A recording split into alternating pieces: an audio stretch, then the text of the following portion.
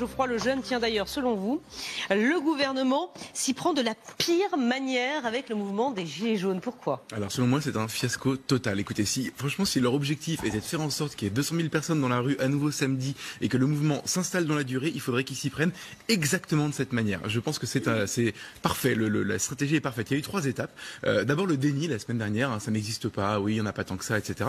Ensuite, le gouvernement a minimisé la mobilisation samedi soir en disant oui, c'était moins de 300 000, c'est pas si énorme que ça, vous savez, il y a eu plus de monde dans la rue par le passé. Et puis aujourd'hui, on vient de passer à la 3e phase, qui est la phase qui va remobiliser évidemment les Gilets jaunes, c'est la diabolisation. On sent que c'est la panique, hein. On explique qu'ils sont épouvantables, ces Gilets jaunes, et donc le message qu'ils reçoivent eux, c'est on leur fait peur, donc on va continuer. Et c'est vrai que le ton est assez dur, surtout quand on écoute le ministre de l'Intérieur. Hein. Alors Christophe Castaner est dans une séquence lui aussi parfaite, c'est le roi, le maître de la menace bidon. Je résume ses arguments depuis le début de la semaine, là, c'est les Gilets jaunes sont racistes, homophobes, misogynes, et ce sont des casseurs. Alors évidemment il y en a, mais comme j'ai connu moi ce ministre de l'Intérieur. Parfois ce sont des groupuscules qui s'intègrent hein, quand même. Évidemment, et tout le monde l'a compris, et on a aussi vu, notamment dans les JT et dans les reportages qui ont été faits ce week-end sur LCI, on a évidemment vu qu'il y avait aussi énormément, une immense majorité de gens qui étaient pacifistes, qui venaient manifester, qui manifestaient jamais. Bref, moi j'ai connu ce ministre de l'Intérieur, adepte du pas d'amalgame, beaucoup plus nuancé sur les gens qui menaçaient la France.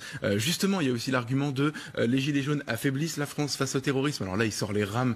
Évidemment, on a compris qu'il n'y a aucun rapport entre les deux, mais bon, bref, c'est un argument qu'il a utilisé hein, quand même. Et puis, dernier argument qui était un peu scandaleux, ils sont responsables de la mort d'une vieille dame qui n'a pas pu aller à l'hôpital parce que son ambulance a été bloquée. Alors là, c'est tout simplement faux. La presse locale, notamment, a expliqué qu'en effet, il y a une ambulance qui a été bloquée, pas du tout par les Gilets jaunes, qui eux-mêmes avaient prévu de lui permettre d'aller à l'hôpital. Bref, on est carrément dans le mensonge et évidemment, ça contribue à énerver les Gilets jaunes. Bon, alors ces attaques, justement, ça contribue à les affaiblir ou à les renforcer, les Gilets jaunes? Écoutez, en tout cas, si on écoute les sondages, indépendamment de ce qu'on peut entendre sur le terrain, c'est totalement contre-productif. Déjà, première chose, sur la bataille de l'opinion, le soutien des Français au mouvement est resté exactement le même, enfin ou quasiment, après la manifestation du 17 qu'avant, premièrement. Deuxièmement, le gouvernement est en train de perdre la bataille de l'opinion sur d'autres sujets, et là c'est beaucoup plus grave.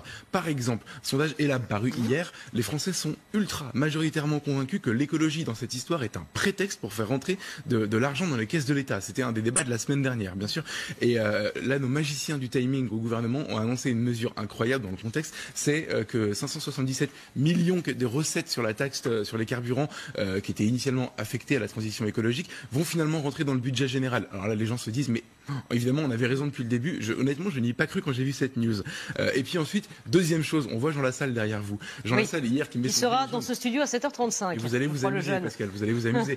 Mais il a mis son gilet jaune hier à l'Assemblée nationale. Il va être sanctionné. Il y a eu une suspension de séance. La séquence, évidemment, a été vue énormément et elle provoque beaucoup de réactions. Qu'est-ce qui s'est passé? Juste, en fait, le gouvernement vient de créer un martyr de la cause des Gilets jaunes pour un mouvement qui, jusqu'à présent, manquait d'incarnation. C'était le meilleur moyen, là aussi, de Donc c'était une erreur. Il ne fallait pas le sanctionner, selon vous. Mais évidemment, parce que ça va victimiser les Gilets jaunes. Et par ailleurs, on dit souvent que ce mouvement n'a pas vraiment de visage, pas vraiment de leader. Et ben maintenant, il en a un nouveau martyr, c'est Jean Lassalle. En plus, il est extrêmement sympathique. Bref, à ce niveau de génie, de coordination, je me suis demandé tout simplement s'il ne faisait pas exprès. Merci à Geoffroy et Christian Jacob sur toutes ces questions, bien entendu, qui est le président du groupe Les Républicains à l'Assemblée nationale, sera l'invité de Christophe Jacubizine à 8h30. Le chiffre éco.